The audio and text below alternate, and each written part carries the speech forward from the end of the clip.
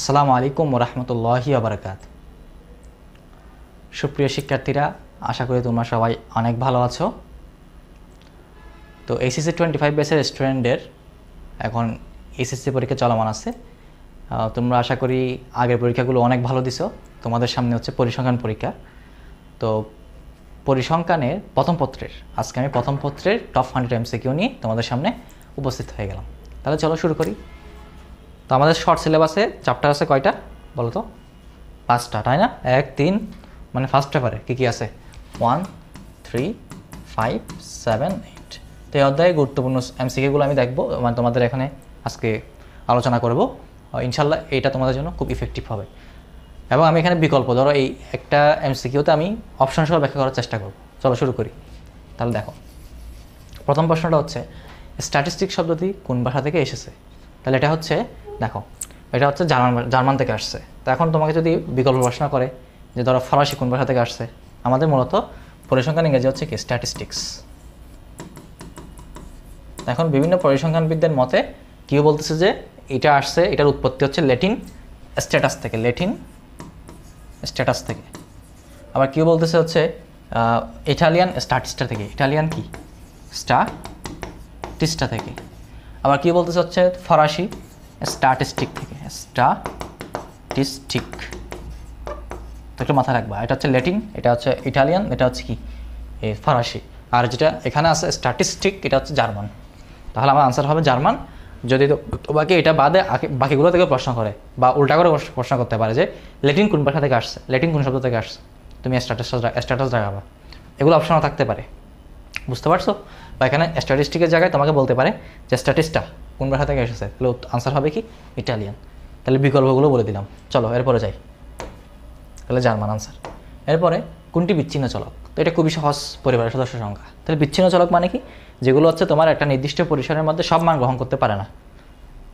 এখানে শুধুমাত্র মানে এটা গণনাযোগ্য কিছু মান, যে চলক হচ্ছে গণনাযোগ্য পৃথক পৃথক মান কী করতে পারে, গ্রহণ করতে পারে। যেমন যেগুলো হচ্ছে, মোট কথা যদি আমি বলি দশমিক হয় না আর কি, এক কথায় মানে দশমিক হয় না। একটু সংখ্যা যদি একটু বোঝার মতো করে বলি, তাহলে দেখো শিক্ষার্থীর ওজন এটা কিন্তু দশমিক আকারে বলতে পারো। এত কেজি, তোমার বলতে পারো যে এত দশমিক এত কেজি। তারপর তুমি বৃষ্টিপাতের পরিমাণ আজকে এত মিলিমিটার, আজকে 10.2 মিলিমিটার এভাবে বলা যায়। তারপর তাপমাত্রা 0 ডিগ্রি সেলসিয়াস। তারপর হচ্ছে তোমার আরও বলা যায় কি, ধরো আজকের তাপমাত্রা হচ্ছে মানে ধরো 36.5 এরকম বলা যায় ডিগ্রি সেলসিয়াস। বা আমার শরীরের তাপমাত্রা 98.4 ডিগ্রি ফারেনহাইট। তো এগুলো হচ্ছে তোমার যে কোনো মান গ্রহণ করতে পারে এরা। তো এরা হচ্ছে অবিচ্ছিন্ন চলক। আর বিচ্ছিন্ন চলক হচ্ছে পরিবারের সদস্য সংখ্যা। আমি কিন্তু পরিবারের সদস্য সংখ্যা হয় বলতে হবে 3, না হয় 5, না হয় 7 এভাবে বলতে হবে। আমি বলতে পারবো না যে 3.5 জন, বলতে পারবো না। বা আমি 2.5 জন, এটা বলতে পারবো না। তাহলে এটা বলার সুযোগ নেই। তাহলে এটা হচ্ছে পরিবারের সদস্য সংখ্যা হচ্ছে বিচ্ছিন্ন চলক, খুব ইজি। তাহলে বাকি 3টা হচ্ছে অবিচ্ছিন্ন চলক। ওকে, ডান। তারপর আসো, ধর্ম ও রক্তের গ্রুপ কোন ধরনের পরিমাপন স্কেল? তাহলে পরিমাপন স্কেল আছে 4টা। এই যে 4টার নাম এখানে তোমার কি আছে, এই অপশনের মধ্যে আছে। তো তার মধ্যে দেখো, এই নামসূচক এবং ক্রমিক সূচক হচ্ছে মূলত কোয়ালিটেটিভ ভেরিয়েবল, অর্থাৎ গুণবাচক চলকের জন্য ইউজ হয়, মানে গুণবাচক চলকের ক্ষেত্রে হয়। আর এই দুটা স্কেল হচ্ছে অনুপাত সূচক এবং শ্রেণী সূচক। এই দুটা হচ্ছে তোমার কার ক্ষেত্রে বলো তো? সংখ্যাবাচক বা পরিমাণবাচক যেগুলো চলক আছে। দেখো কিছু চলক আছে যেগুলো পরিমাপ করা যায় না, যেমন ধর্ম, লিঙ্গ, এগুলো হচ্ছে গুণবাচক চলক। আবার যে কিছু কিছু আছে, যেমন ধরো পরিবারের সদস্য সংখ্যা, ফুটবল খেলা গোলের সংখ্যা, ক্রিকেট খেলার ছক্কার সংখ্যা। তাহলে এই টাইপ এগুলো হচ্ছে তোমার, বা ওজন বলো, এগুলো হচ্ছে পরিমাপ করা যায়। তাহলে এগুলো হচ্ছে সংখ্যাবাচক চলক। এবং সংখ্যাবাচক চলকের ক্ষেত্রে এই দুটা পাবো আমরা, কোনটা শ্রেণী সূচক এবং অনুপাত সূচক। তো দেখো প্রথমে এখানে যেটা বলছে ধর্ম ও রক্তের গ্রুপ, খেয়াল করো তো, এই দুটো তো গুণবাচক। তাহলে এটা হয় নামসূচক হবে, না হয় ক্রমিক সূচক হবে। এখন আমরা কেমনে বুঝবো যে নামসূচক না হয় ক্রমিক সূচক? সহজ একটা আইডিয়া দিয়ে দিই, সেটা হচ্ছে যদি ক্রমিক, তোমার সিরিয়াল মানে কোনো ক্রম না থাকে, যেমন ধরো ধর্মের ক্ষেত্রে কোনো ক্রম আছে? ইসলাম, সনাতন বা হিন্দু, তারপর হচ্ছে বৌদ্ধ, এগুলো আমরা কোনো ক্রম করি না, 1, 2, 3 এভাবে বলি না, ঠিক আছে? তাহলে এটা ধর্মটা আমরা ক্রম আকারে করি না, এই জন্য এটা একটা কি নামসূচক স্কেল। বা ধরো রক্তের গ্রুপ এ আছে, বি আছে, এ বি ও, আমরা কি বলি যে এ হচ্ছে বেটার, এ বি হচ্ছে একটু কম বেটার, এভাবে বলি না। তাহলে এটা কোনো আমরা সিরিয়াল করি না এগুলো। তাহলে এটা হচ্ছে টোটাল কথা। এটা হচ্ছে যদি এরকম সিরিয়াল না হয় এবং গুণবাচক হয়, তাহলে আমরা বুঝে নেব সেটা কি, এটা হচ্ছে নামসূচক। আর ক্রমিক সূচক হচ্ছে যেমন ধরো আর্থসামাজিক অবস্থা কারোর, কেউ দরিদ্র হতে পারে, কেউ মধ্যবিত্ত হতে পারে, কেউ ধনী হতে পারে। তাহলে এটা কিন্তু একটা সিরিয়াল বোঝায়। ধনী মানে তার টাকা পয়সার পরিমাণ বেশি, অর্থের পরিমাণ বেশি, মধ্যবিত্ত হলে একটু কম, দরিদ্র হলে একটু কম। তাহলে এটা একটা সিরিয়াল ক্রম করা যায়, যায় না? যায়। তাহলে এটা তুমি বলতে পারো অনুপাত সূচক, ক্রমিক সূচক স্কেল। কি স্কেল? ক্রমিক সূচক স্কেল। আবার ধরো এই শ্রেণী সূচক এবং অনুপাত সূচকের মধ্যে একটা তোমার একদম সহজ একটা টেকনিক আছে। দেখো, যদি তোমার অ্যাবসোলিউট জিরো হয়, অ্যাবসোলিউট জিরো মানে যেটা জিরো, মানে জিরো মানে আসলেই জিরো। আবার একটা জিরো আছে, জিরো মানে জিরো নয়, মানে কিছু নাই বোঝায় না। যেমন ধরো তাপমাত্রা, 0 ডিগ্রি সেলসিয়াস। যদি আমি সেলসিয়াস স্কেলে তাপমাত্রা লিখি 0 ডিগ্রি সেলসিয়াস, এটা মানে কি আসলে জিরো বোঝায়? মানে কোনো কিছু নাই বোঝায় না, আছে। তাপমাত্রা 0 ডিগ্রি সেলসিয়াস মানে কিন্তু তাপমাত্রা নাই এরকম বলা যাবে না, কিছু নাই এটা বলা যাবে না। আবার যদি ধরো কেউ পরীক্ষায় প্রাপ্ত নাম্বার 0, তার 0 মানে কি সে কিছু জানে না? না, হতেই পারে সে ধরো ওই দিন তার কম পড়ে নাই। তো এটা আমি এটাই বলতে পারি না যে তার সে কিছুই জানে না, এটা বলা যাবে না। জিরো থেকে আমি কি বলতে পারবো না যে সে কিছুই জানে না। তাহলে এটাকে বলা হয়, এটাকে অ্যাবসোলিউট জিরো নয় বলে, মানে এই জিরোটা অ্যাবসোলিউট জিরো না। আর যখন ধরো আমি যদি বলি কোনো শিক্ষার্থীর ওজন 0 বা কারো ওজন 0, যদি 0 হয় না কারো ওজন, তো কারো ওজন 0 বলতে আমরা বুঝবো আসলেই 0, শূন্য, কিছু নাই। বা কারো উচ্চতা 0, উচ্চতা 0 মানে আমরা বুঝবো যে আসলে কিছু নাই। তাহলে এই টাইপ হলে অ্যাবসোলিউট জিরো হলে সেটা হবে অনুপাত সূচকের ক্ষেত্রে। যে তারপর হচ্ছে একটা তোমার কি শ্রেণী সূচকের ক্ষেত্রে 0 মানে 0 বোঝাবে না। এই যে 0 মানে আসলে কিছু নাই বোঝাবে না, বুঝতে পারছি? বাস। তাহলে এরপর আসো, তাহলে এটা আনসার হবে কি? নাম সূচক। দেন x1 = 2, x2 = 3 এভাবে দিছে, xi স্কোয়ার মানটা বের করতে বলছে। খেয়াল করো, এটা খুব সহজে তুমি করে ফেলো। 2 square summation of xi square মানে কি? সবগুলো স্কোয়ার করে যোগ, তুমি ডাইরেক্ট যোগ করে দিলে হবে। অথবা একটা সূত্র আছে, না ওই সূত্র না যায়, এটা সহজ, ওটা করতে গেলে আরও ঝামেলা বাড়বে। তুমি এভাবে ডাইরেক্ট করে দাও, 90 আসবে আনসার। কত আসবে? 90 আসবে। 4, 9, 13 করো, হিসাব করলে কত আসবে? 90 আসবে। এভাবে করো, এটা সহজ। আনসার কত? 90। আমি অন্য টেকনিকে যাচ্ছি না, এটাই সহজ, মাত্র 1 মিনিট লাগবে সর্বোচ্চ। তো কোনটি পরিসংখ্যান নয়? খেয়াল করো, একজন শিক্ষার্থীর মাসিক গড় ব্যয়, তাহলে এটা পরিসংখ্যান। কারণ পরিসংখ্যান মানে তথ্যের সমষ্টি হতে হবে। পরিসংখ্যান হওয়ার শর্ত কি? তথ্যের সমষ্টি। তাহলে গড় ব্যয় বলতেছে মানে এখানে তার কয়েকটা মাসের ব্যয়কে কী করে, মানে ব্যয়ের গড় নেওয়া হয়েছে। তাহলে এখানে কিন্তু এটা তথ্যের সমষ্টি। একাদশ শ্রেণীর শিক্ষার্থীদের গড় বয়স, তার মানে এখানে ধরো একজন শ্রেণীতে যদি 50 জন স্টুডেন্ট থাকে বা 100 জন স্টুডেন্ট থাকে, সবার বয়সটা নিয়ে কী করছে, এটা হিসাব করছে। তাহলে এটাও একটা তথ্যের সমষ্টি, তাহলে এটাও পরিসংখ্যান। হারুনের দৈনিক গড়, এটাও এই নিচের কোনটি বলে, এখানে কিছু একটা হবে, এটা বলেছে। হারুনের দৈনিক গড় আয়, মানে এখানে সামথিং কিছু একটা থাকবে। আর একটা বলছে রবির বয়স 18 বছর, তাহলে এটা পরিসংখ্যান নয়, কারণ একজন ব্যক্তির বয়স পরিসংখ্যান হবে না, কারণ এটা তথ্যের সমষ্টি নয়। তাহলে আনসার হবে কি? রবির বয়স 18 বছর। তাহলে তুমি এটা এখানে একটু তোমার টাইপিং মিস্টেক হয়েছে। গড় আয় মানে এখানে নিচের কোনটি না, এখানে কিছু একটা হবে সংখ্যা, বাস। যেমন এখানে যেমন ছিল 3000 টাকা, এখানে কোনো একটা এরকম কিছু একটা হবে। ধরো দৈনিক গড় আয় 100 টাকা, 200 টাকা, এই টাইপ কিছু একটা হবে। তাহলে বোঝা গেছে কোনটি পরিসংখ্যান নয়। এরপর আসো, যে কোনটি পরিসংখ্যানের বৈশিষ্ট্য, এই দেখো এখানে একটু বুঝতে হবে। এখানে তথ্য উপস্থাপন, তথ্য বিশ্লেষণ, তারপর তথ্য সংগ্রহ, এগুলো পরিসংখ্যানের বৈশিষ্ট্য নয়, এগুলো পরিসংখ্যানের ফাংশন, কার্যাবলী। এই তিনটা হচ্ছে পরিসংখ্যানের কার্যাবলী। তোমরা পড়বা, একটু বই পড়বা, অবশ্যই বই পড়তে হবে। এই তিনটা হচ্ছে পরিসংখ্যানের কার্যাবলী, আর তথ্য সমষ্টি হচ্ছে পরিসংখ্যানের বৈশিষ্ট্য। বুঝতে পারছি? তাহলে কনফিউজড হওয়া যাবে না। তোমরা তাহলে একটু বই পড়বা যে কোনটা কার্যাবলী, কোনটা বৈশিষ্ট্য, একটু ভালো করে দেখতে হবে। দেখো তাহলে আনসার হবে কি? তথ্য সমষ্টি। পরিমাপন স্কেল কয়টি? 4টি, সহজ, একটু আগে আলোচনা করছি। তথ্যের পরিবর্তনশীল বৈশিষ্ট্যকে চলক বলে, আর যদি অপরিবর্তনশীল হয় তাহলে ধ্রুবক হবে, বাস, খুবই নর্মাল। আর নমুনা মানে কি, আর সমগ্রক মানে কি?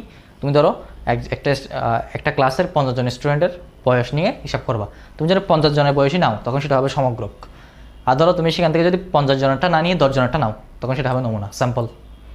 অর্থাৎ সবগুলো নিয়ে কাজ করলে সেটা হবে সমগ্রক।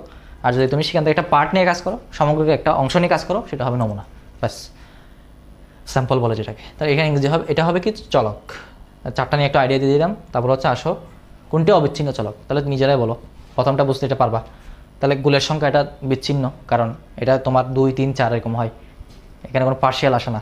তারপর উচ্চতা, তারপর ছাত্রছাত্রীর সংখ্যা, দেখো ছাত্রছাত্রীর সংখ্যা কি তুমি বলতে পারবা যে 40.5 জন বা 40.6 জন, এরকম কিছু বলা যাবে না।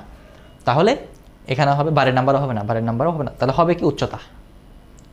আমরা বলি না পাসপোর্ট 6 ইঞ্চি, পাসপোর্ট 8 ইঞ্চি, এবার বলি না, বলতে পারি। তাহলে উচ্চতা হচ্ছে অবিচ্ছিন্ন চলক, যে কোনো মান গ্রহণ করতে পারে সে। কোনটি নামসূচক? তাহলে নামসূচক হবে কোনটা? ধর্ম। নামসূচক হবে কি? ধর্ম। ধর্ম হচ্ছে তোমার কোনো সিরিয়াল করা যায় না, কিছু করা যায় না। তাহলে আর বয়স তো তোমার জানো, বয়স, রক্তচাপ, এগুলো হচ্ছে ক্যালেন্ডারের তারিখ, এগুলো সবগুলো হচ্ছে হয় শ্রেণীসূচক হবে, না হয় ওই অনুপাতসূচক হবে, কারণ সবগুলো হচ্ছে তোমার কি সংখ্যা, অর্থাৎ পরিমাণবাচক চলক। যাই হোক, তাহলে এখানে ধর্মটা হচ্ছে নামসূচক পরিমাপন স্কেল। তারপর আসো কোনটি বিচ্ছিন্ন চলক? তাহলে বিচ্ছিন্ন বলছে, দেখো এই একটু ভালো করে পড়তে হবে, অনেকে পরীক্ষায় বিচ্ছিন্ন না কেউ বিচ্ছিন্ন এখানে গুলাই ফেলবা, এই জন্য ভালো করে প্রশ্ন পড়বা। তাহলে বিচ্ছিন্ন চলক কী হবে? বিচ্ছিন্ন চলক হবে, খেয়াল করো, পরিবারের সদস্য সংখ্যা, ঠিক আছে? ওজনও হবে না, বয়সও হবে না, তাপমাত্রাও হবে না, ব্যাস। এরপর আসো নিচে কোনটি গুণবাচক চলকের উদাহরণ? তাহলে গুণবাচক, তাহলে গুণবাচক মানে যেটা মানে কি পরিমাণ বোঝাবে না, কি বোঝাবে তোমার, মানে তোমার শুধুমাত্র ওই যে কোনো গুণ। তাহলে এই যে মেধা, তাহলে ওজনও পরিমাপ বোঝায়, উচ্চতাও পরিমাপ বোঝায়, বয়সও কি পরিমাপ বোঝায়। তাহলে এখানে মেধা হবে গুণবাচক চলক, আর তিনটা হবে পরিমাণবাচক চলক বা কোয়ান্টিটেটিভ ভেরিয়েবল। বয়স ও উচ্চতা কোন ধরনের পরিমাপন স্কেল? বয়স ও উচ্চতা, তাহলে উচ্চতা দেখো তো, উচ্চতার ক্ষেত্রে যদি আমি 0 বলি, তাহলে ওটা কি আসলে 0 বোঝাবে না? বোঝাবে। বয়স শূন্য মানে কি আসলে কোনো বয়স, তার বয়স নাই বোঝাবে। তাহলে এটা হচ্ছে কোন চলক বা কোন স্কেল হবে? এটা হচ্ছে তোমার আনুপাতিক স্কেল হবে, যেখানে আসলে 0 মানে আসলে 0, অ্যাবসলিউট 0। তাহলে আনসার হবে কি? আনুপাতিক, ঠিক আছে? এরপর আসো পরিসংখ্যানিক গবেষণা কাঁচামাল কী বলে? তথ্য বলে, একদম ইজি জিনিস, তথ্য। এরপর আসেন তথ্য সারির প্রতিটি তথ্যমান হতে উহার গাণিতিক গড়ের ব্যবধানের সমষ্টি হচ্ছে 0। এটা একদম ঠাড়া মুখস্থ রাখবা। তথ্য সারির প্রতিটি তথ্যমান থেকে উহার গাণিতিক গড় ব্যবধানের সমষ্টি হবে কত? 0। অর্থাৎ এই জিনিসটা এভাবে লেখা হয়, summation of xi minus x bar equals to 0, ঠিক আছে? যার কারণে তোমার প্রথম কেন্দ্রীয় পরিকার 0 হয়। আমার যখন প্রথম কেন্দ্র মানে ওটা পঞ্চম অধ্যায়ে পড়া, ওখানে প্রথম কেন্দ্রীয় পরিকার সেটা 0 হয়। কেন 0 হয়? এটার কারণে 0 হয়। আচ্ছা, কারণ 0 কিছু দিয়ে ভাগ করলে আবার 0 হয়। যাই হোক, এরপর আসো, তাহলে আনসার হবে 0। তথ্য সারির কোনো মান 0 হলে নিচের কোন পরিমাপটি নির্ণয় করা যায় না? জ্যামিতিক গড় নির্ণয় করা যায় না। জ্যামিতিক গড় এবং তরঙ্গ গড় এই দুটা ক্ষেত্রে হচ্ছে তোমার যদি 0 এবং ঋণাত্মক কিছু আসে তাহলে এটা নির্ণয় করা যাবে না। ওখানে অবশ্যই অঋণাত্মক হতে হবে। অঋণাত্মক হলে প্রত্যেকের সংখ্যা তখন হচ্ছে কী করা যায়? জ্যামিতিক গড় এবং তরঙ্গ গড় নির্ণয় করা যায়।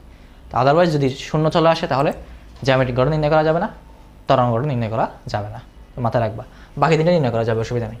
তাহলে গাণিতিক গড় নির্ণয় করা যাবে, মধ্যমা নির্ণয় করা যাবে, প্রচুরকও নির্ণয় করা যাবে, ব্যাস। আমার তৃতীয় অধ্যায়ে চলে আসছে কিন্তু, ঠিক আছে? তো দুটি কারখানার শ্রমিক সংখ্যা যথাক্রমে 100-150 জন, তাদের সম্মিলিত গড় বেতন দেওয়া আছে। তো প্রথম কারখানার শ্রমিকদের গড় বেতন 70 টাকা। তাহলে গড়, এটা তো সম্মিলিত গড়ের সূত্র। তাহলে সম্মিলিত গড় কীভাবে বের করে বলো? সম্মিলিত গড় সমান কি? উপর হবে n1 x1 বার n2 x2 বার divide by n1 plus n2, তাই তো? দুইটা হলে এরকম, তিনটা হলে তোমার 8টা আসবে। তাহলে প্রথমটা দেখো, শ্রমিক সংখ্যা 100 জন, এটা n1, 150 জন এটা n2, এবং তাদের গড় হচ্ছে, তাদের গড় বেতন 64 টাকা, এটা হচ্ছে x1 বার। আমাকে প্রশ্নে x2 বার বের করতে বলছে, n1 n2 দেওয়া আছে, তাহলে এটা সমান কত বলো? এটাকে দেওয়া আছে 64 টাকা, সম্মিলিত গড় করা দেওয়া আছে 64 টাকা। তো তুমি এখন সমীকরণের মতো বসায় দাও, হুট করে হয়ে যাবে। দেখো n1 হচ্ছে 100 গুণ গড় বেতন হচ্ছে 70, 100 গুণ 70, ভুল করা যাবে না। তারপর n2 হচ্ছে 150, এখানে হবে x2 বার, এটা আমরা বের করবো। তারপর হচ্ছে n1, এটা হচ্ছে তোমার 250 হবে, 100 যোগ 150 250। তো হিসাব করবা, গুণ ভাগ করলে দেখবা যে এটা x2 বার আসবে কত? 60 আসবে। কত আসবে? 60। তাহলে 60 টাকা, কয় টাকা? 60 টাকা, ব্যাস। তাহলে বুঝতে পারছো? আশা করি বুঝছো। এরপর আসো, এটা কিন্তু তোমার সিকিউতে লাগবে এই সূত্রটা। এরপর আসো, প্রথম দশটি স্বাভাবিক সংখ্যার দ্বিতীয় কেন্দ্রীয় পরিঘাত। আচ্ছা দেখো তো, দ্বিতীয় কেন্দ্রীয় পরিঘাত মানে কি? দ্বিতীয় কেন্দ্রীয় পরিঘাত কার সমান? ভেদাঙ্কের সমান। পঞ্চম অধ্যায়ের কিসের সমান? ভেদাঙ্কের সমান। তো প্রথম এনটি স্বাভাবিক সংখ্যার ভেদাঙ্ক বা ভেরিয়েন্স হচ্ছে তোমার n² - 1 ডিভাইড বাই 12। এটা হচ্ছে শর্টকাট, এটা একটু মাথা রাখবা। প্রথম এনটি স্বাভাবিক সংখ্যার ভেদাঙ্ক হচ্ছে এটা। তাহলে ভেদাঙ্ক মানে দ্বিতীয় কেন্দ্রীয় পরিঘাত, যা ভেদাঙ্কতা। তাহলে আমরা এখানে n এর মান কত বলো 10, তাহলে tan² - 1 ডিভাইড বাই 12। তাহলে 100 থেকে 1 গেলে 99 বাই 12। তাহলে বলো তো এখানে তোমার একটা টেকনিক শেখাই। এবার দেখো, তোমার ডাইরেক্ট তুমি ক্যালকুলেটর না থাকলে কীভাবে করতে পারবা, এটা কিন্তু তোমাকে বিভিন্ন জায়গায় কাজে দিবে এই জিনিসটা। দেখো তাহলে 8 × 12 = 96, তাই না? 7 × 12 = 84। তার মানে আমি বুঝতেছি যে ভাগ করলে 8 পয়েন্ট সামথিং আসবে। তাহলে আনসার হবে কত? 8.25। কারণ এই 8-এর উপর আর কোনো অপশন আছে এখানে নাই, এটা একটি টেকনিক কিন্তু। তাহলে 8 × 12 কত? 96। তার মানে 8 পয়েন্ট সামথিং হবে, পয়েন্ট সামথিং যে কোনো কিছু হতে পারে। তো আমার তো এখানে এমসিকিউ দরকার, এমসিকিউ তো জানতে হচ্ছে না যে ডাইরেক্ট কত হচ্ছে। আমি একটা আন্দাজ করে ফেলতে পারলে তুমি দেখো 8-এর উপর আর কোনো অপশন আছে নাই, তার মানে আমার এটাই আনসার 8.25 হবে। তুমি ভাগ করে দেখো 8 কত আসবে? 25 আসবে। ঠিক আছে, এটা একটা ট্রিক কিন্তু। এই ট্রিকটা আমি আমার অ্যাডমিশন টাইমে কাজে লাগাইছি। এভাবে আমি ট্রিকগুলো কোথায় অ্যাডমিশন টাইমে কাজে লাগাইছিলাম, খুব কাজে দিয়েছে কিন্তু। তো এই জিনিসটা মাথায় রাখবা। পরে আসো, প্রথম 26টি স্বাভাবিক সংখ্যা গাণিতিক গড়। তো এটা নর্মাল একটা সূত্র আছে যে n+1/2, n+1/2। তোমরা ছোটোবেলায় পড়ছো যে আলমেতে যে প্রথম এনটি স্বাভাবিক সংখ্যার সমষ্টি হচ্ছে এরকম n × n+1/2। তো গাণিতিক গড় করলে এটাকে n দিয়ে ভাগ করে দিতে হবে। তো n বাদ চলে যাবে, ঠিক আছে? তাহলে আর কি থাকে? এটা থাকে। তাহলে তুমি 26, তাহলে 26 + 1 27 ডিভাইড বাই 2, তাহলে কত হবে? 13.5। কত হবে? 13.5 আছে? 13.50 5 দেওয়া যায় কথা, শূন্য এটা ভ্যালুলেস। শূন্য দিলে তুমি যদি এখানে 100 শূন্য দাও, এটা কোনো ভ্যালু থাকবে না। দশমিকের পর তুমি লাস্টে যত শূন্য দাও না কেন, এটার কোনো কি নাই, ভ্যালু নাই। যেমনটা দশমিকের আগে তুমি যদি এদিকে শূন্য অ্যাড করো, এটা কোনো কি নাই, ভ্যালু নাই। ঠিক সেমভাবে এখানে শূন্য অ্যাড করলে সেটা কোনো কি নাই, এটা দেওয়া যা না দেওয়া তা। তো আনসার হবে কত? 13.5। তো এখানে তোমাকে এক্সট্রা কিছু জিনিস শেখাই, এটাতে গেল। তোমাকে যদি বলে প্রথম এনটি স্বাভাবিক জোড় সংখ্যার গাণিতিক গড় কত, তখন আনসার কী হবে জানো? তখন হবে আনসার হবে n+1, মাথায় রাখবা। আর যদি বিজোড় সংখ্যা বলে তখন আনসার হবে n। বলো প্রথম 26টি, প্রথম এনটি বলছে, ধরো এনটি বললে আমার n+1 হবে জোড়ের ক্ষেত্রে, আর বিজোড় হলে n। ধরো প্রথম 26টি স্বাভাবিক বিজোড় সংখ্যা গাণিতিক গড়, তাহলে আনসার হবে 26। কী বললাম? 26টি স্বাভাবিক বিজোড় সংখ্যা গাণিতিক গড় 26। আবার 26টি স্বাভাবিক জোড় সংখ্যা গাণিতিক গড় হবে 27, এক বেশি। এই জিনিসটা এটা শর্টকাট টেকনিক, মাথায় রাখবা। ওকে, এটা এক্সট্রা জিনিস দিছি। ওকে, তাহলে আমাদের যেটা মেন ইয়া ছিল সেটা হচ্ছে কত? 13.5। 13.5। এটা একদম সহজ সূত্র, m গুণ sm সমান। এটা কিন্তু তোমার সিকিউ তো লাগে, এই সূত্রটা লাগে কিনা? অবশ্যই লাগে। তাহলে gm²। তোমাদের জন্য কিন্তু সিকিউ সাজেশন দেওয়া হয়েছে, সুপার সাজেশন, ঠিক আছে? দেখে নিব। তাহলে বা m হচ্ছে 8 গুণ 2, তাহলে gm বের করতে হবে। তাহলে 16, তাই তো? মানে gm² সমান 16 কি লিখতে পারবো? খেয়াল করো, এগুলো কিন্তু পরীক্ষায় তোমাকে এভাবে মুখোমুখি লিখতে হবে না, মুখোমুখি করে ফেলতে পারবো। তোমাদেরকে বোঝানোর সুবিধার্থে আমি লিখে দেখাচ্ছি, তুমি এটা মনে করে ফেলতে পারবে এই কাজগুলো। gm² 8 গুণ 16, 16কে রুট করলে 4, ব্যাস। তাহলে gm সমান কত হবে? 4। কত হবে? 4। ঠিক আছে, এগুলো মুখোমুখি করে ফেলতে পারবা, কোনো ব্যাপার না। তাহলে আনসার কত? 4। আনসার কত? 4। 20 নম্বর শেষ, 20 নম্বর শেষ। এবার আসো 21 নম্বর। 30 জন শিক্ষার্থীর গড় স্কোর এবং অন্য 20 জন, তাহলে সম্মিলিত গড়। তাহলে ইজি। দেখো সম্মিলিত গড় কীভাবে করছিলাম? 30 গুণ 70, তারপর 20 গুণ 75, তাই তো? ডিভাইড বাই 30-এর বেশি যোগ করলে কত? 50, টোটাল 50 জন। তাহলে উপরে হবে 3 × 21, 75 গুণ 150 ডিভাইড বাই 50। তাহলে হিসাব করো, 21 আর 15 যোগ করলে 34, ইয়েস 36। তাহলে 50, 0 বাদ। তো 360কে 50 দিয়ে ভাগ করতে হবে, তাহলে 535, 72 হবে। কত হবে? 72। তাহলে আনসার কত হয়? 72। এগুলো মানে নিজে করতে করতে একটা ফ্লুয়েন্ট চলে আসবে, এটা তোমাকে অনেক কাজে দিবে। ক্যালকুলেটর ছাড়া করতে পারা। এরপর আসো, আনসার কত? 72। কেন্দ্রীয় প্রবণতার উৎকৃষ্ট পরিমাণ, এটা গাণিতিক গড়। সবচেয়ে ভালো পরিমাপটা হচ্ছে কি? গাণিতিক গড়। আনসার হবে কি? গাণিতিক গড়। একটি ধনাত্মক বঙ্কিম নিবেশনের ক্ষেত্রে বঙ্কিমতা চলে আসছি। দেখো ধনাত্মক বঙ্কিমতা হচ্ছে এরকম, তাই না? এদিকে উঁচু থাকবে এরকম, আর ঋণাত্মক বঙ্কিমতা কীরকম? এদিকে ফ্ল্যাট থাকবে, এদিকে উঁচু থাকবে। এটা হচ্ছে ঋণাত্মক, এটা ধনাত্মক। ধনাত্মকের ক্ষেত্রে কী হয়? গড় বড় হয়, গড় সবচেয়ে বড় হয়, তারপর মধ্যমা, তারপর প্রচুরক, এটা প্রথমটা হবে। আর ঋণাত্মকের ক্ষেত্রে উল্টা, ঋণাত্মকের ক্ষেত্রে গড় থেকে মধ্যমা বড়, মধ্যমা থেকে প্রচুরক বড়। ঠিক আছে? তাহলে মাথায় রাখবা। তাহলে আনসার হবে কি? গড় বড়, তারপর মধ্যমা, তারপর প্রচুরক। বঙ্কিমতা দুই ধরনের আর কি, তাই তো? আচ্ছা, আবার এখানে তৃতীয় অধ্যায়ে আসছে, দেখো প্রথম এন সংখ্যক, এটা আচ্ছা প্রথম এন স্বাভাবিক সংখ্যার গড় কত? এটা n+1/2, n+1/2 এখনই আলোচনা করছি। এরপর গাণিতিক গড় কত দেখো তো। এখানে খেয়াল করো, এই 2a আর 2a চলে যাবে, ঠিক আছে? তারপর a আর a 2a, তাই তো? 0 তো কোনো কিছু 0 যোগ করলে ওটা তো চলে যাচ্ছে, তাহলে a আর a যোগ করলে 2a, আর এটা প্লাস মাইনাস চলে যাবে, তাহলে 2a-কে 2 দিয়ে ভাগ করো, 2 দিয়ে না। আচ্ছা এখানে একটা প্রশ্ন বলেছে, এটা এখানে হচ্ছে মাইনাস থাকবে একটা, কি বলো? এখানে হচ্ছে একটাতে মাইনাস থাকে, তাহলে মাইনাস থাকলে আবার এটা কাটাকাটি চলে যাবে, তাহলে আলটিমেটলি যোগফল 0। তো 0-কে 5 দিয়ে ভাগ করলে আনসার আসবে 0। আনসার আসবে কি? 0। তাহলে এটা হবে 0। বুঝতে পারছো? এখানে একটা মাইনাস মিসিং আছে। এবার আসো, কোনো চলকের গাণিতিক গড় 10, যদি চলকের প্রতিটি মান থেকে 2 বিয়োগ করা হয়, তাহলে নতুন চলকের গাণিতিক গড় কত হবে? এটা একটা শর্টকাট টেকনিক। তোমার গাণিতিক গড় দেওয়া আছে, তাই তো? তোমাকে বলা হয়েছে কি চলকের প্রতিটি মান থেকে 2 বিয়োগ করা হয়েছে, তাহলে যত বিয়োগ করবে নতুন গাণিতিক গড় হবে তত। যেমন 10 থেকে 2 বিয়োগ করলে 8। যদি আমাকে বলতো প্রতিটি মানের সাথে 3 যোগ করা হয়েছে, তাহলে আমার গড় হয়ে যাবে 13। তাহলে যত বিয়োগ করবে, যত যোগ করবে, সেটা আমি জাস্ট এখানে আগে যেটা দেওয়া আছে সেটার সাথে যোগ বা বিয়োগ করে দিব, তাহলে আমি নতুন কী পেয়ে যাব? গাণিতিক গড় পেয়ে যাব। খুব সহজ। তাহলে এটা আনসার হবে 8।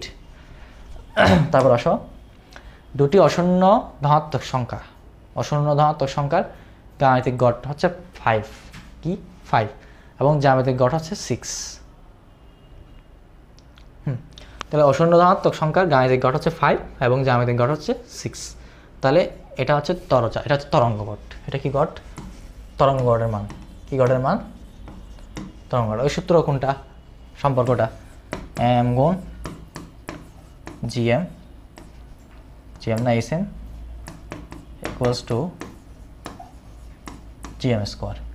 তাহলে এখানে আমার দেওয়া আছে কি? m দেওয়া আছে 5, আর এটা 5 দেওয়া আছে, এটা হচ্ছে 6। তাহলে 6-কে বর্গ করলে 36। তাহলে এইচএম আমরা জানি না, তাহলে এইচএম সমান কী হবে? 36/5। আবার দেখো টেকনিক কাটাবো, তাহলে 5 × 35, তাহলে আমার আনসার হবে 7 পয়েন্ট সামথিং। 7 পয়েন্ট কোনটা আছে? লাস্টেরটা। তাহলে এটা আনসার হবে 7.2। ডান। এরপর আসি, 5 জন ছাত্রের পরিসংখ্যান বিষয়ে প্রাপ্ত নাম্বার দেওয়া আছে। নিচে কোন সংখ্যাটি হতে ব্যবধানের সমষ্টি 0 হবে? নিচে কোন সংখ্যা হতে ব্যবধানের সমষ্টি? দেখো প্রথমে একটা আমরা শুরু থেকে একটা এমসিকিউ পড়ছিলাম যে গড় হতে আমরা যদি কতগুলো সংখ্যার গড় নিই এবং গড় থেকে যদি প্রত্যেকটা সংখ্যা বিয়োগ করে সমষ্টি করি, তাহলে 0 হবে। তাহলে আমার জানতে হবে আগে এই 5টার মধ্যে গড়, এই 5টা সংখ্যার গড় কত। তো তুমি হিসাব করে দেখো, গড় আসবে 16। যোগ করো, এই 5টা যদি যোগ করো, তুমি যোগফল পাবা 80। কত পাবা? 80। তাহলে 80কে যদি 5 দিয়ে ভাগ করে দাও, তাহলে কত আসবে? 16। কত আসবে? 16। তাহলে আমার গাণিতিক গড় যেহেতু 16, তাহলে আমার কী হবে দেখো, বিষয়ে প্রাপ্ত নাম্বার হলে নিচে কোন সংখ্যাটা থেকে, তাহলে 16 সংখ্যা থেকে যদি আমি প্রত্যেকটা সংখ্যার ব্যবধান নিই এবং এর সমষ্টি করি, তাহলে এটা 0 হবে। বুঝতে পারছো? তাহলে আমাদের এখানে গড়টা হিসাব করতে বলছে, ইনডাইরেক্টলি গড় হিসাব করতে বলছে। তাহলে গড় কত? 16 হয়ে গেছে। গড় কত? 16। এরপর আসো, প্রথম 25টি স্বাভাবিক সংখ্যার গড়। প্রথম 25টি স্বাভাবিক সংখ্যার গড়, এই প্রশ্নটা ওইটার মতো, n+1/2। তাহলে 26কে 2 দিয়ে ভাগ করে 13। ক্যালকুলেটর লেখার দরকার নাই, 13 হয়ে গেছে। এরপর আসো, প্রথম n স্বাভাবিক বিজোড় সংখ্যার মধ্যমা কোনটি? দেখো আমরা এটা ছোটোবেলায় পড়ছি, মধ্যমা ক্ষেত্রে যদি বিজোড় হয় তাহলে আমার মধ্যমা হবে কি কততম পদ, n+1/2তম পদ, তাই তো? এটা n+1/2তম পদ, ব্যাস হয়ে গেছে। এরপর আসো, অজীব রেখা হতে নির্ণয় করা হয় কোনটি? এটা আসলে এই একটা শর্ট সিলেবাস দ্বিতীয় অধ্যায় এরিয়া, তাও মাথায় রাখো। অজীব রেখা থেকে হচ্ছে তোমার মধ্যমা নির্ণয় করা যায়। কী করা যায়? মধ্যমা, ঠিক আছে, একটু মাথায় রাখবা। হয়ে গেছে, অজীব রেখা হতে নির্ণয় করা হয় কোনটি? মধ্যমা। এরপর হচ্ছে তারপর বার ডায়াগ্রাম থেকে প্রচুরক, কোন ডায়াগ্রাম থেকে? বার ডায়াগ্রাম থেকে। এরপরে 2020 সালের শীতকালে কোনো এলাকার এক সপ্তাহে তাপমাত্রা হলো 1,2,1,0,1,1,1 ডিগ্রি সেলসিয়াস, যাই হোক দেওয়া আছে। উক্ত তথ্যের মধ্যক মান নির্ণয়ে অনুপযুক্ত কেন্দ্রীয় প্রবণতার পরিমাপ। তাহলে এখানে আমাদের কোন কেন্দ্রীয় প্রবণতাটা এখানে হিসাব করা যাবে না। দেখো 0 আছে, 0 থাকা মানে তোমার গাণিতিক গড় হবে, জ্যামিতিক গড় নির্ণয় করা যায় না, তরঙ্গ গড় নির্ণয় করা যায় না। তাহলে 2 ও 3 গাণিতিক গড় নির্ণয় করা যাবে, কোনো ব্যাপার না। তাহলে আনসার হবে 2 ও 3। গাণিতিক গড় মূল্যমাপনের উপর নির্ভরশীল, অবশ্যই নির্ভরশীল। তথ্যসারের সব মানের উপর অবশ্যই, প্রত্যেকটা মানের উপর নির্ভরশীল হবে। চরম মান দ্বারা ব্যাপকভাবে প্রভাবিত হয়, অবশ্যই হয়।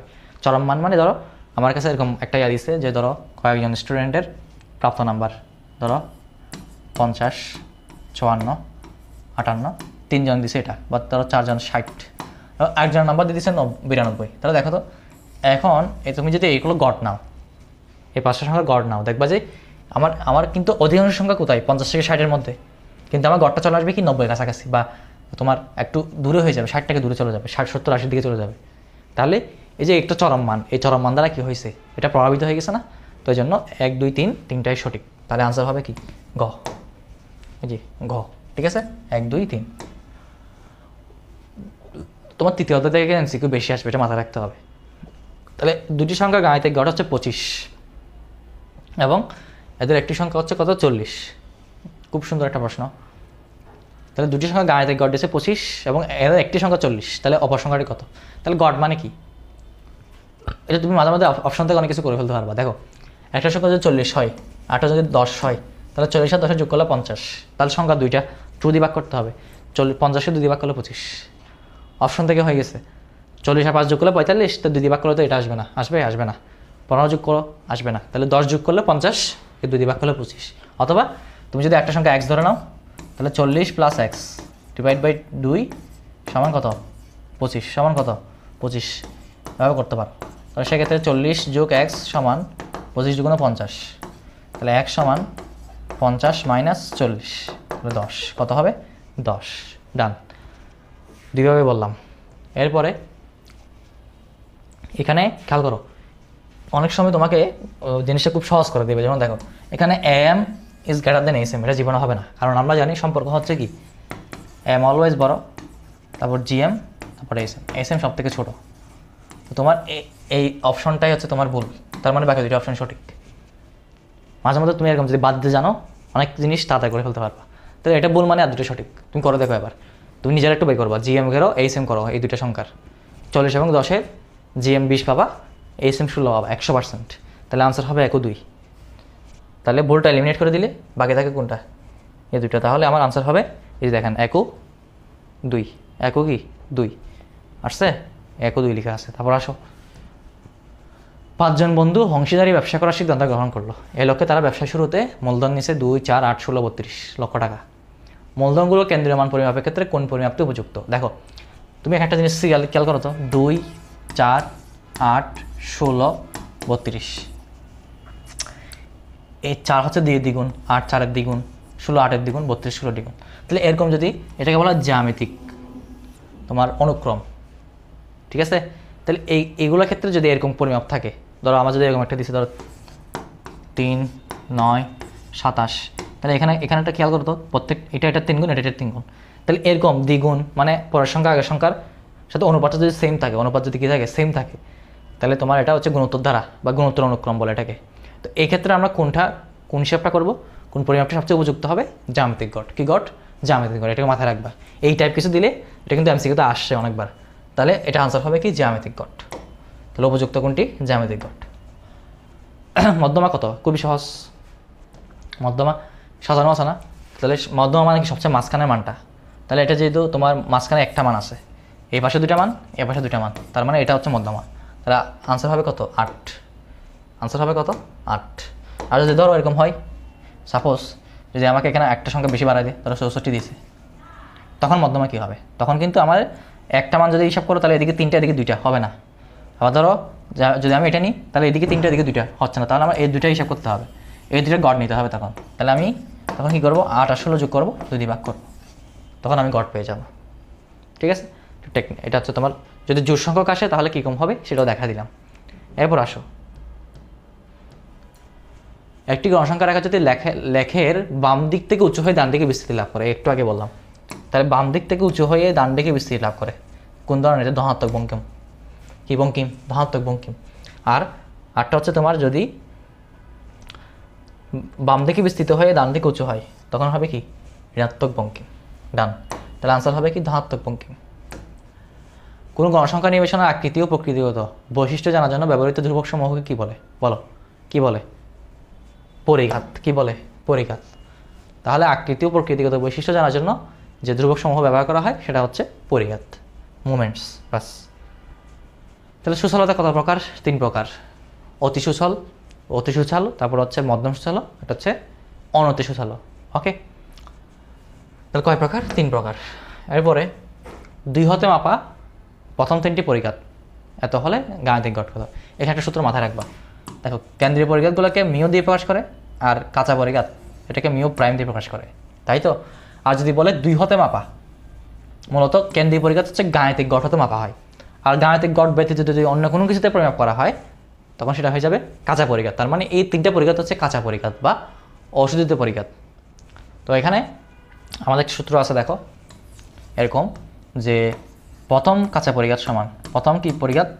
কাঁচা পরিঘাত সমান প্রথম কাঁচা পরিঘাত সমান তোমার, হ্যাঁ কি লিখতে পারি আমরা?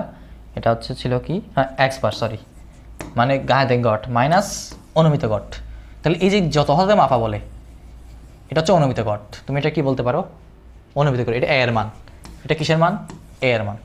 এই সূত্রটা একটা মাথায় রাখবা, এখান থেকে অনেক এমসিকিউ আসছে, এটা একটু মাথায় রাখবা, এটা একটু মাথায় রাখতে হবে। ঠিক আছে, তাহলে এখান থেকে আমাকে প্রশ্ন করা হয়েছে কি গাণিতিক গড়। তো আমার প্রথম 3টি পরিঘাত, এটা পরিঘাত না, এটা পরিঘাত, যাই হোক। তাহলে এটা হচ্ছে প্রথম পরিঘাত, প্রথম, এটা মিউ1 প্রাইম, এটা মিউ2 প্রাইম, এটা মিউ3 প্রাইম। তাহলে আমার লাগতেছে মিউ1 প্রাইম, তাহলে মিউ1 প্রাইম কত? 1। আমার বের করতে হবে গাণিতিক গড় মানে এক্স বার। তো তুমি যদি এক্স বারকে দিকে নিয়ে আসো তাহলে আমার দাঁড়াবে কীরকম? মিউ1 বার প্রাইম প্লাস এ। তাহলে মিউ1 প্রাইম হচ্ছে 1, এর মান হচ্ছে 2, তাহলে কত হবে? আনসার হবে 3। তাহলে এটা মাথায় রাখবা, প্রথম কেন্দ্রীয় পরিঘাতের সাথে এর মান যোগ করে দিলেই কি পেয়ে যাবো? গাণিতিক গড় পেয়ে যাবো। প্রথম কেন্দ্রীয় পরিঘাত না, প্রথম কাঁচা পরিঘাতের সাথে। ঠিক আছে, তাহলে এটা 1 যোগ 2 সমান 3, তাহলে আনসার হবে কত? 3। তাহলে কোনো নিবেশনের মিউ2 25, মিউ3 20, তাহলে এগুলো হচ্ছে হচ্ছে কেন্দ্রীয় পরিঘাত, কারণ এখানে মিউ নাই, মিউ আছে নাই। তাই নিবেশনটি হবে কি? দেখো খেয়াল করো। তাহলে আমরা সুচলতা কীভাবে বের করি? β2 μ4 ডিভাইড বাই μ2 স্কোয়ার। তাহলে μ4 কত? 2200 ডিভাইড বাই μ2 স্কোয়ার, তাহলে μ2 হচ্ছে 25। তো এখান থেকে তুমি ভাগ করলে দেখবে 3 পয়েন্ট সামথিং আসছে, 3 পয়েন্ট সামথিং আসছে। তাহলে 3 থেকে বেশি আসছে মানে অতি সুচল। তাহলে β2 এর মান দেখো, 3 হলে মধ্যম সুচল, 3 থেকে ছোট হলে অনতি সুচল, 3 থেকে বড় হলে অতি সুচল। এগুলো কিন্তু এমসিকিউ তো লাগে। এটা অতি, এটা অনতি, এটা হচ্ছে কি মধ্যম। এরকম প্রশ্ন সিকিউ তো দেয়, তোমার এখানে এমসিকিউ তো দিছে। বাস, তাহলে আনসার হবে কি? অতি সুচালো, অতি সুচালো। একটি গণসংখ্যা নিবেশনের দ্বিতীয় কেন্দ্রীয় পরিঘাত 4, বিন্যাসটি মধ্যম সুচাল হলে চতুর্থ কেন্দ্রীয় পরিঘাতের মান। দেখো খুব সুন্দর প্রশ্ন। তাহলে β2 সমান μ4 বাই μ2 স্কোয়ার। আমাকে μ4 বের করতে, না μ2 বের করতে বলছে, μ4 বের করতে বলছে, সরি। তোমার চতুর্থ কেন্দ্রীয় পরিঘাত, তার মানে μ4। তাহলে তুমি করে দাও, 8 গ্রহণ করে দাও। তাহলে μ4 সমান 8 গ্রহণ করলে β2 ইন্টু μ2 স্কোয়ার, কোনাকুনি গুণ আর কি, কোনাকুনি গুণ। তাহলে β2 দেওয়া আছে না কত? মধ্যম সুচল বলছে, তাহলে মধ্যম সুচল মানে 3। একটু আগে পড়ছে এই যে মধ্যম হলে কত? 3, বরাবর 3 ইন্টু এখানে কত দেওয়া আছে 4, তাহলে 4 স্কোয়ার 16 348, আনসার হবে কত 48, লাস্টেরটা। ডান। তাহলে অনুমিত গড় এখনই বলছি অশোধিত পরিঘাত। কোন পরিঘাত? অশোধিত পরিঘাত। শোধিত পরিঘাতের ক্ষেত্রে গাণিতিক গড় হয়। তাহলে অনুমিত গড় কোনটির জন্য প্রযোজ্য? অশোধিত পরিঘাত। বঙ্কিমতা কয় প্রকার? 2 প্রকার। ধনাত্মক বঙ্কিমতা, ধনাত্মক বঙ্কিম, ঋণাত্মক বঙ্কিম, বাস 2 প্রকার। -7 হতে মাপা, এই যে এখনই পড়ালাম। তাহলে বলো, এই যে একটু আগেই পাইলাম x বার সমান μ1 পাই প্লাস a। তাহলে μ1 প্রাইম কত? প্রথম কাঁচা পরিঘাতের মান 5, এর মান হচ্ছে প্লাস -2 -7 প্লাস -7। তাহলে 5 থেকে 5 -7 সমান কত? -2। আনসার হবে কত? -2। ঠিক আছে, বাস। বলছি না এটা কয়েকবার আসছে। এই যেটা প্রথমেই বলছি, কোনো নিবেশনের দ্বিতীয় কেন্দ্রীয় পরিঘাত কিসের সমান? বেদাঙ্কের সমান। কার সমান বলেন? কার সমান? বেদাঙ্কের সমান। ডান। এরপরে কেন্দ্রীয় পরিঘাত হচ্ছে, হ্যাঁ এটা কেন্দ্রীয় পরিঘাত মানে সেন্ট্রাল মোমেন্ট। মূল হতে স্বাধীন, প্রথমটা ঠিক আছে। মূলের উপর নির্ভরশীল, কিন্তু না, এটা না, এটা হবে না। না, দুইটা থেকে স্বাধীন, শুধু মূল থেকে স্বাধীন। তাহলে আনসার হবে 1। আনসার হবে কি? অনলি 1। ঠিক আছে। 49 নম্বর। একটি তথ্য সারির 5 এর সাপেক্ষে প্রথম দুটি পরিঘাত 1 ও 5, তাহলে তথ্য সারির গড় কত? তাহলে 5 এর সাপেক্ষে এটা হচ্ছে তোমার a এর মান, তাই তো? তাহলে আমরা বলো গড় একটু আগে পড়ছি μ1 প্রাইম প্লাস a। তাহলে μ1 প্রাইম কত? 1, a কত? 5, 6। তাহলে আনসার হবে কত? 6। ডান। এবং তথ্য সারির দ্বিতীয় কেন্দ্রীয় পরিঘাত, তার দ্বিতীয় কেন্দ্রীয় পরিঘাত মানে কি? তোমার বেদাঙ্ক। দ্বিতীয় কেন্দ্রীয় পরিঘাত মানে কি? বেদাঙ্ক। আচ্ছা, একটা জিনিস খেয়াল করি। আচ্ছা, এখানে দেখো, এখানে যে দুটো মান দেওয়া আছে এগুলো হচ্ছে তোমার μ1 μ2 প্রাইম। তাহলে μ1 প্রাইম দেওয়া আছে তোমার কত? 1, আর μ2 প্রাইম দেওয়া আছে 5, তাই তো? তো আমাদের একটা সূত্র আছে, দেখো, μ2 সমান μ2 প্রাইম মাইনাস μ1 স্কোয়ার। এগুলো কিন্তু সিকিউর তো লাগে। অর্থাৎ প্রাইম থেকে কীভাবে আমরা নন প্রাইমে আসবো, অর্থাৎ কাঁচা পরিঘাতকে কীভাবে আমরা শোধিত পরিঘাতে নিয়ে আসবো বা কেন্দ্রীয় পরিঘাতে নিয়ে আসবো, তো এটা একটা সূত্র। তো μ2 সমান এরকম হয়। তাহলে μ2 প্রাইম কত? 5 মাইনাস μ1 স্কোয়ার, তাহলে 1 স্কোয়ার। তাহলে বিয়োগ করলে কত হবে? 4। এটা মাথায় রাখবা। তাহলে আনসার হবে কত? 4। Done and dusted. আমরা সপ্তমতে চলে আসছি। একই জন না, এটা একজন। তাহলে একজন কৃষিবিদ গত 10 বছর চালের মূল্যে হ্রাস বৃদ্ধি পর্যালোচনা করতে গিয়ে হ্রাস বৃদ্ধির বিভিন্ন কারণ পর্যবেক্ষণ করেন।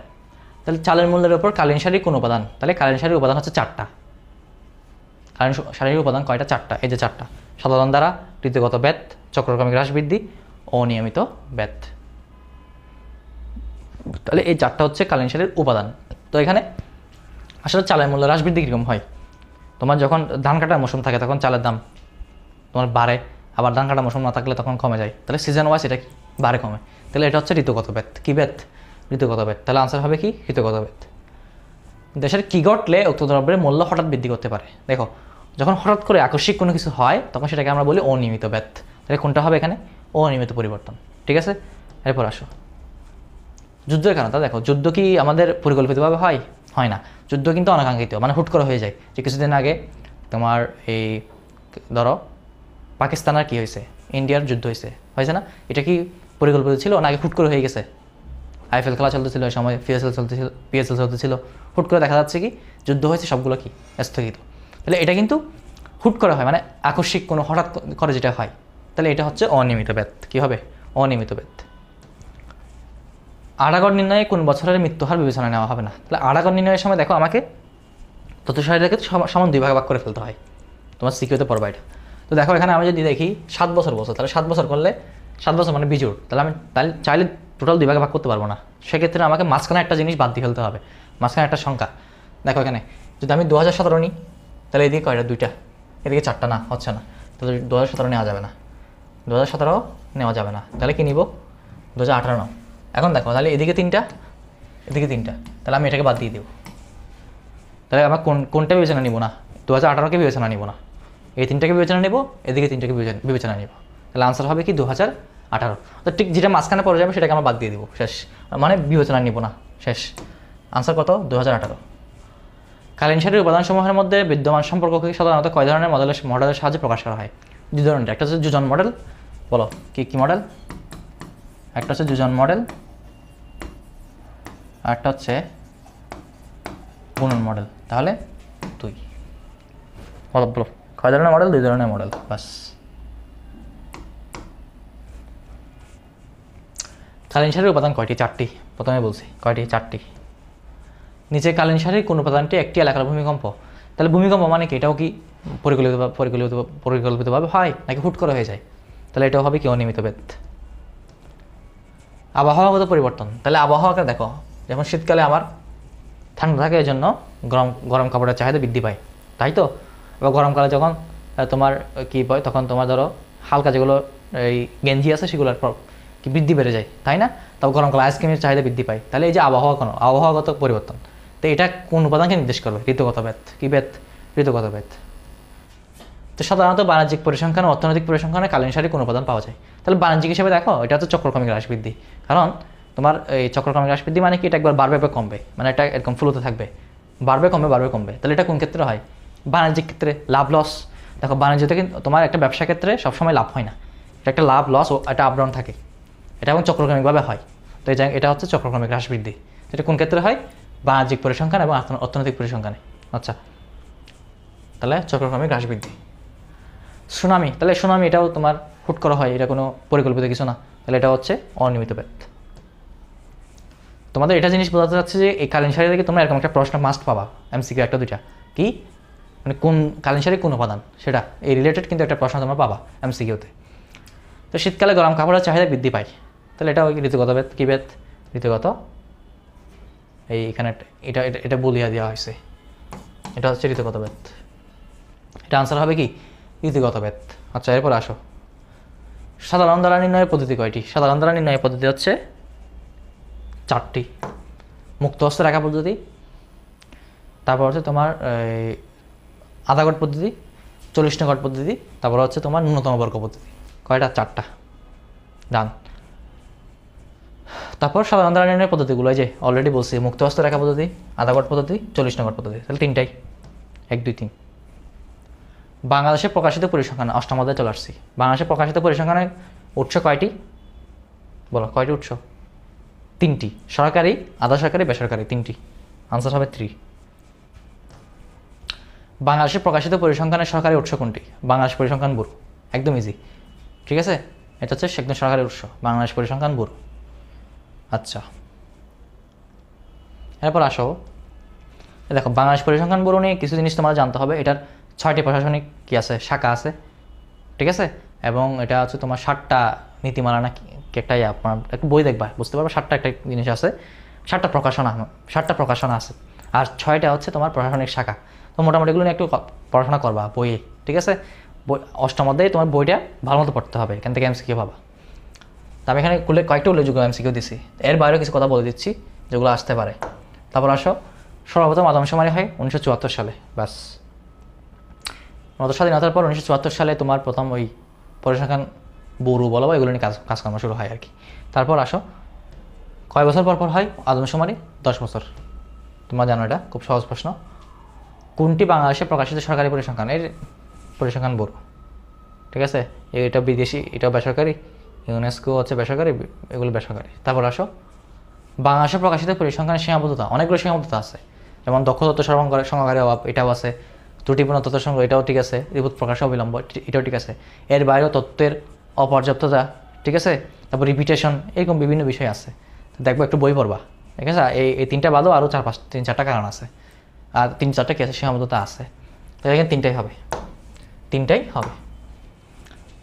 বাংলাদেশ পরিসংখ্যান ব্যুরোর পরিসংখ্যান বিষয়ক কার্যক্রম, আদমশুমারি আছে, 3টাই, সবগুলোই করে, 1 2 3। আচ্ছা, আমাদের মোটামুটি তাহলে এই যে হয়ে গেল তোমাদের এই মোটামুটি কিছু গুরুত্বপূর্ণ এমসিকিউ তোমাদের জন্য আমি কাভার করে দিলাম বা আলোচনা করলাম। এরবারে দেখো, এখানে একটা ব্যান বেস আছে তোমাদের শিক্ষা মন্ত্রণালয়ের, এটা থেকেও আসতে পারে কিন্তু ব্যান বেস। মূলত এই ব্যান বেস হচ্ছে 1977 সালে প্রতিষ্ঠিত হয়, একটু মাথায় রাখবা। কয় সালে? 1977 সালে, শিক্ষা মন্ত্রণালয়ের আন্ডারে। মানে এটা হচ্ছে তোমার ওই শিক্ষা ব্যুরো, এই টাইপের কিছু একটা আর কি, ঠিক আছে? ব্যান বেস নিয়ে একটু পড়বা। এটা প্রতিষ্ঠিত হয় 1977 সালে, এটা মাথায় রাখবা। আর পরিসংখ্যান ব্যুরো নিয়ে কিছু একটা বললাম যে প্রশাসনের সহায়ক কয়টি, আর এখানে তোমার প্রত্যেকটা উৎসের এগুলো নিয়ে একটু হালকা পাতলা আইডিয়া নিবা। এটা হচ্ছে তোমার টোটাল বলতে গেলে একটা হচ্ছে কি অধ্যায়, অষ্টম অধ্যায়টা হচ্ছে পুরোপুরি থিওরিটিক্যাল চ্যাপ্টার, এখানে কোনো ম্যাথ নাই, বুঝতে পারছো? তো সিকিউর ক্ষেত্রে ওটা অনেকে স্কিপ করবে, কারণ ওখানে ম্যাথ নাই। ম্যাথ করতে পারো তো তোমার টোটাল পুরো নাম্বার 3 4 4 দিয়ে ফেলবে। তো এই জন্য তবে একটু পড়বা, ভালো করে বইটা একটু পড়ে নিবা, বাট বেশিক্ষণ লাগবে না, পুরো চ্যাপ্টারটা পড়তে গেলে একটু বেশিক্ষণ লাগবে না। তাহলে আশা করি তোমরা আমার এমসিকিউগুলো ভালো মতো বুঝতে পারছো, এবং আমি কিন্তু প্রত্যেকটা এমসিকিউ ব্যাখ্যা করছি, অপশন সহ ব্যাখ্যা করার চেষ্টা করছি। আশা করতেছি তোমাদের জন্য এই ক্লাসটা, এই সাজেশনটা অনেক বেশি কী হবে, এফেক্টিভ হবে। তাহলে ভালো থাকো, আবার দেখা হবে। আসসালামু আলাইকুম।